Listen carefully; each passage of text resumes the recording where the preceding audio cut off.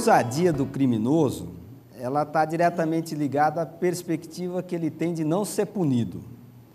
O que você acha que é mais importante para fazer o transgressor temer a punição? Leis mais severas ou uma atitude mais efetiva da polícia, né, ao prendê-lo quando ele comete um crime?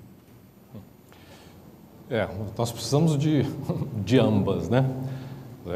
Na verdade, por que as pessoas obedecem à lei, né? Existe uma série de teorias criminológicas que tentam explicar isso. Uma delas é a questão do medo da punição, né? E tem toda uma política criminal voltada para aumentar esse temor.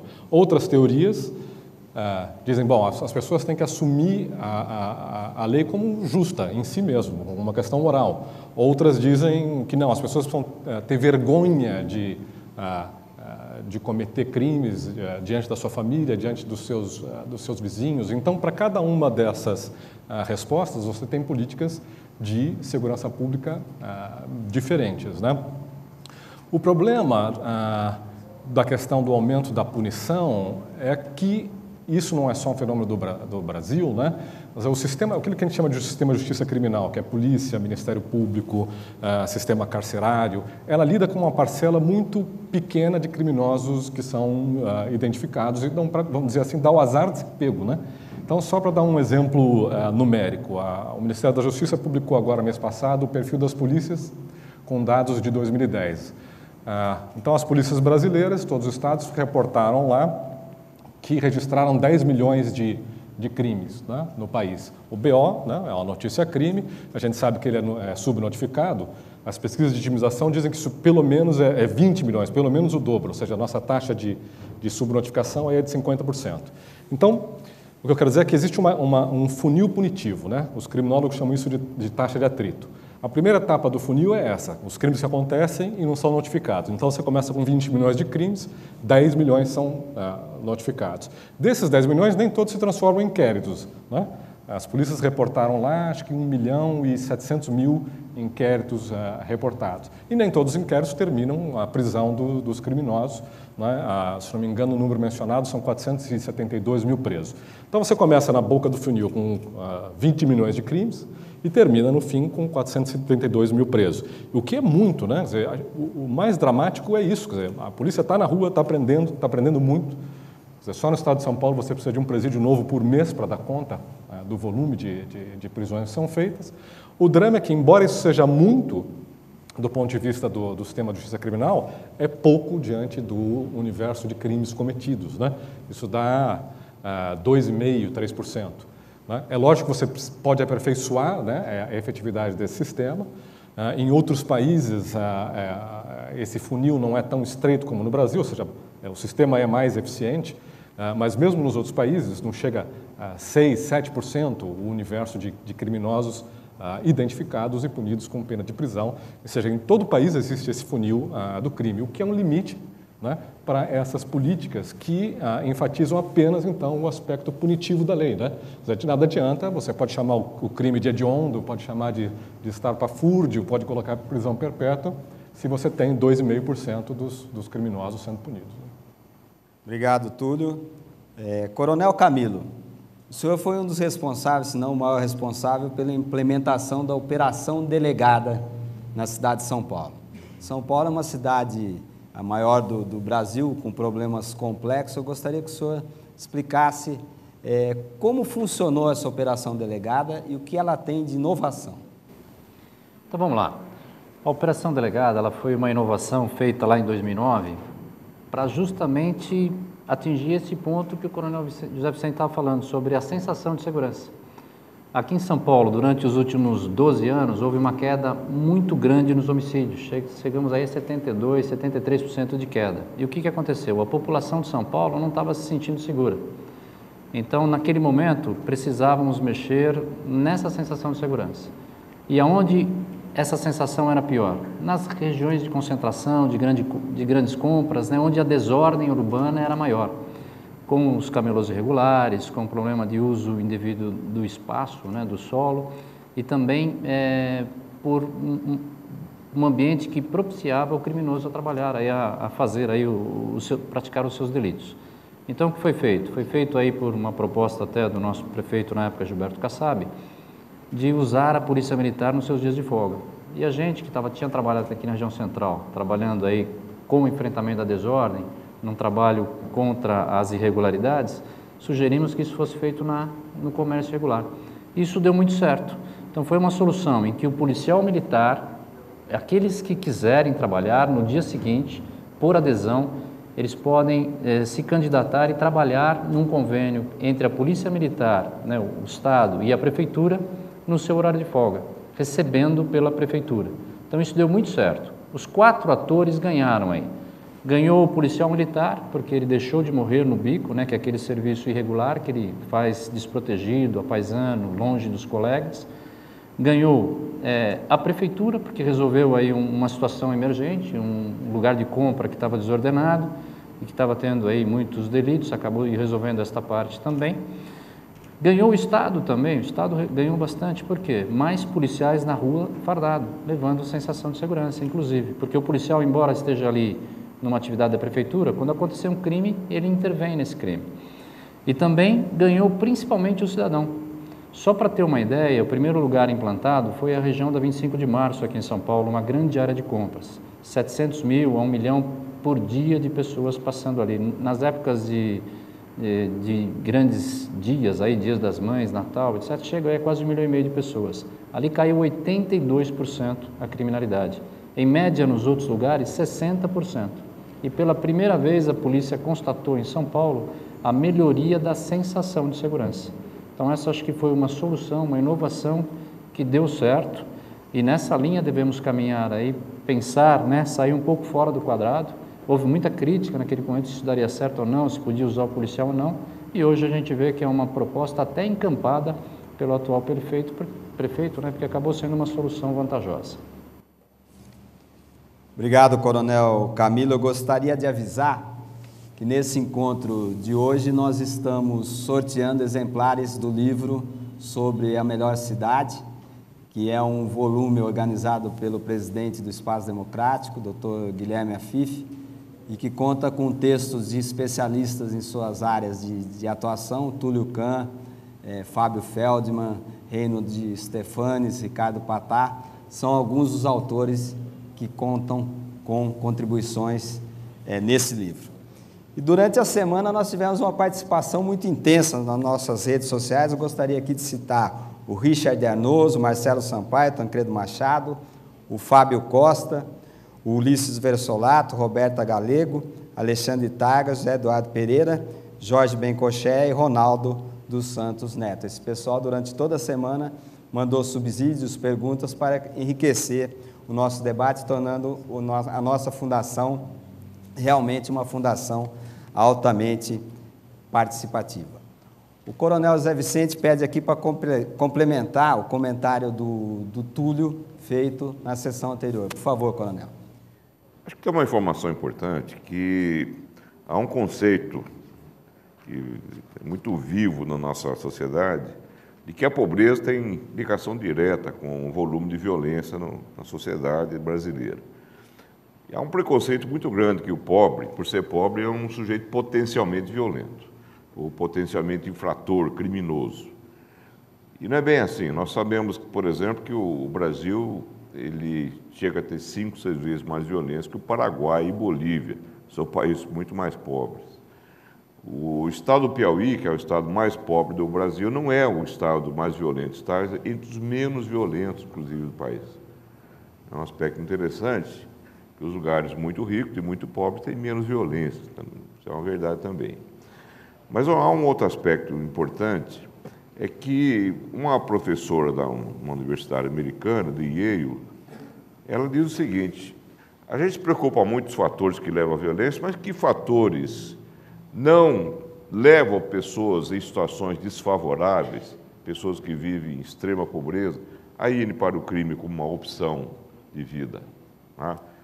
Então, é um aspecto interessante, que ela diz o seguinte: você pega uma favela, na minha avaliação, nós temos 1,5% da população brasileira vivendo sistematicamente de crime.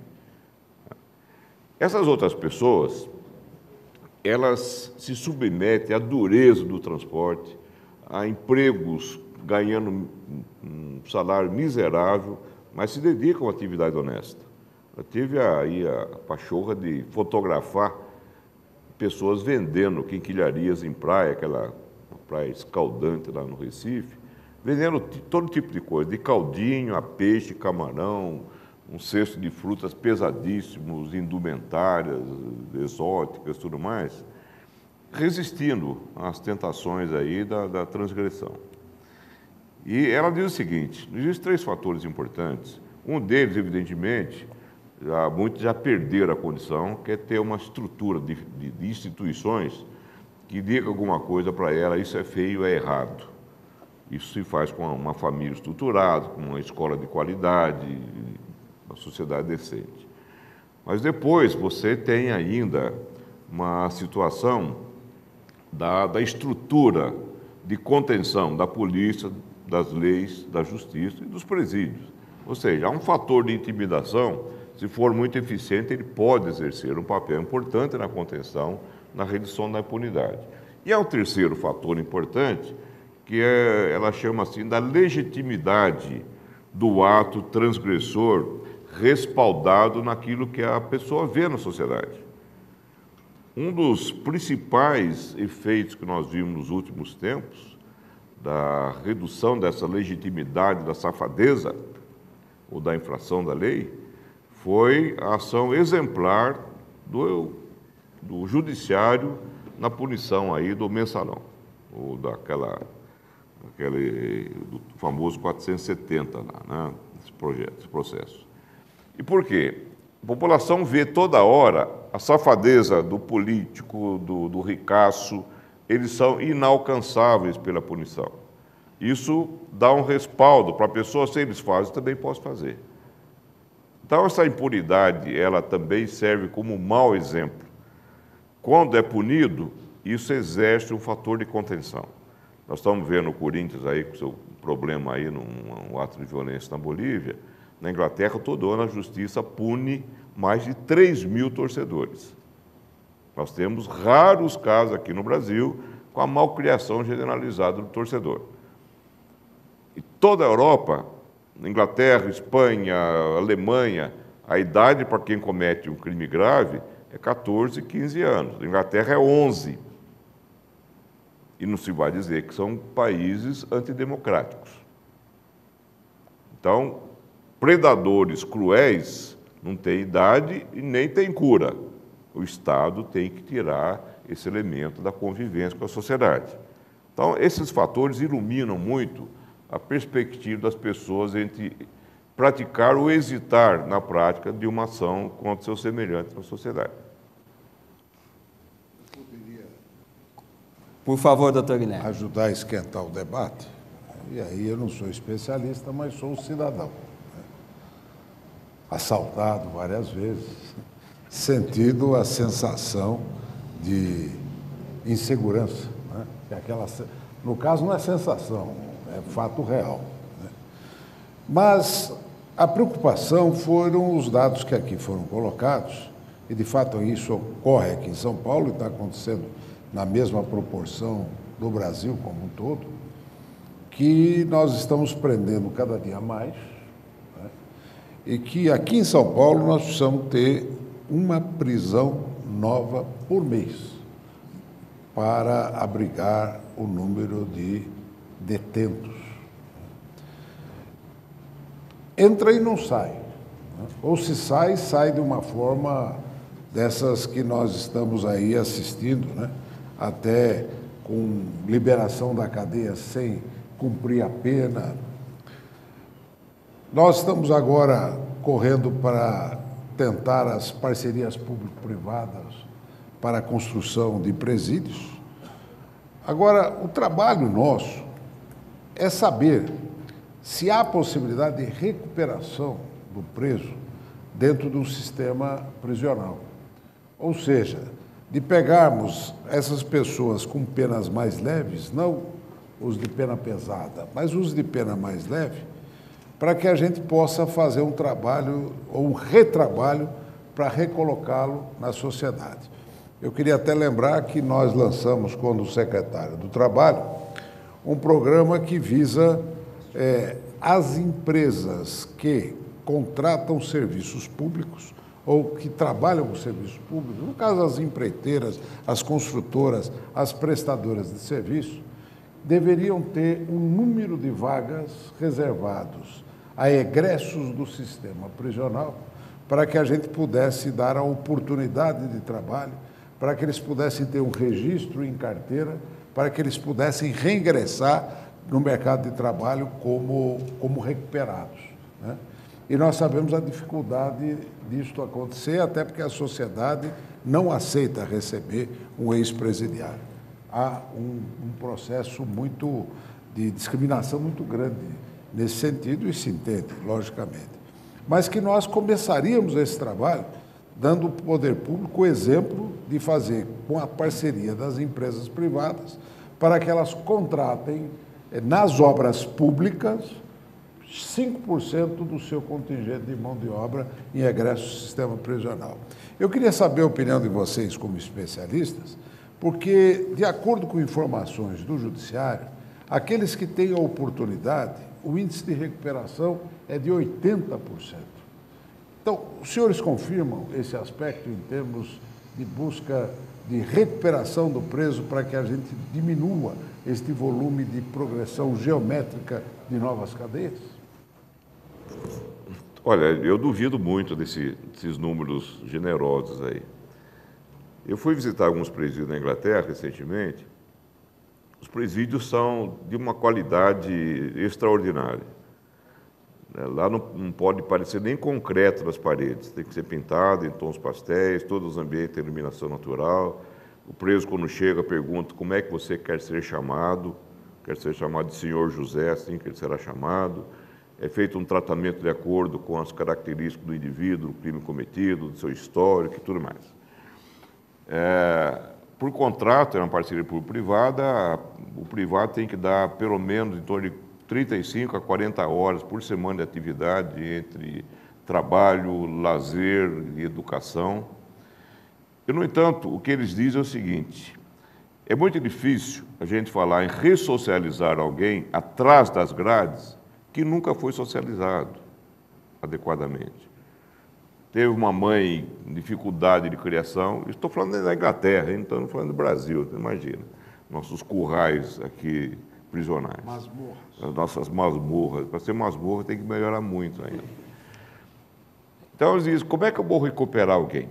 O que nós fazemos aqui com todo esse trabalho é mostrar para o indivíduo que ele pode ser menos perigoso para ele e para a sociedade.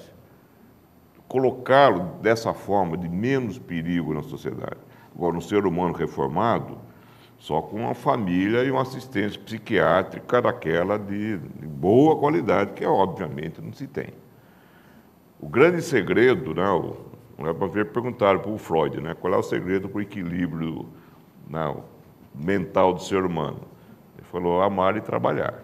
Liberum arbeit. O trabalho se dá, mas o sujeito não vai encontrar uma família receptiva, a sociedade não vai tratá-lo bem, a experiência prisional nunca é na qualidade, mesmo no ambiente como na Inglaterra. Conversei com um preso, fui visitar a diretoria, fui na cela que eu queria para conversar com o preso lá dentro. Imagine, isso uma situação como a brasileira. A realidade que nós temos, infelizmente, isso vai acontecer por muitas décadas, e que nós precisamos, pelo menos, um ambiente decente, salutar, para isolamento dos presos mais perigosos da sociedade. A recuperação do ser humano é um empreendimento monumental que não se fará dentro de presídios, a não ser uma pequena parcela, não os 80%. Eu colocaria o inverso, 20% talvez.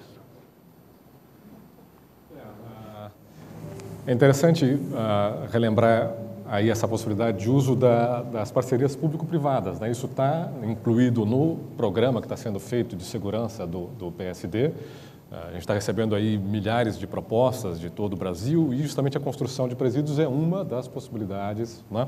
Ainda muito pouco utilizadas, né? Acho que aqui no Brasil você tem a experiência agora recente de Minas Gerais, uma prisão. Existem prisões privadas já há algum tempo, Guarapuava, né? Mas construída através de parcerias público-privadas, uma em Minas Gerais nesse ano, portanto um recurso aí muito a ser explorado. O último dado que eu tenho do sistema penitenciário de São Paulo falava de uma taxa de reincidência de 45%, né? Agora, obviamente, boa parte dessa população prisional não chega a reincidir porque morre, né? Ou então porque simplesmente a partir de uma certa idade, né, com o casamento, com o envelhecimento, há uma propensão à diminuição, né, da delinquência. Isso é um dado praticamente universal, em todo lugar ocorre, né? Mas existem outras alternativas cujas taxas de reincidência são maiores. Uma delas são as penas alternativas. Penas alternativas existem aqui em São Paulo, por exemplo, desde 1997, né? Então, o que a gente advoga é que prisão em regime fechados é uma necessidade, precisa construir presídio em todo o país, principalmente enquanto ainda tem gente cumprindo pena em condição totalmente inadequada nas delegacias de polícia, impedindo a polícia de fazer o trabalho de investigação, né? Quer dizer, o policial vira carcereiro, então não tem jeito, vai ter que construir, né? Mas a pena de prisão em regime fechado é para preso violento, reincidente,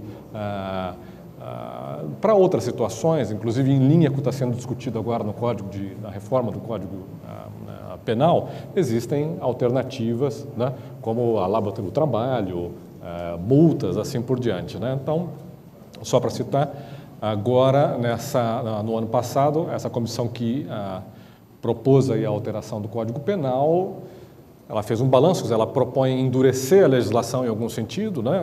Por exemplo, a progressão de regime, em vez de 1/6 da pena cumprido e liberar, ela propõe aumentar para 1/3, que é muito bom. Por outro lado, o crime de furto simples, né? Aquele furto de galinha, quando a vítima aceita a reparação, né, por parte do criminoso, esse criminoso já não iria mais para a prisão. Então, estão saindo propostas muito interessantes aí desse debate do Código Penal que a gente está procurando incorporar aí ao nosso programa.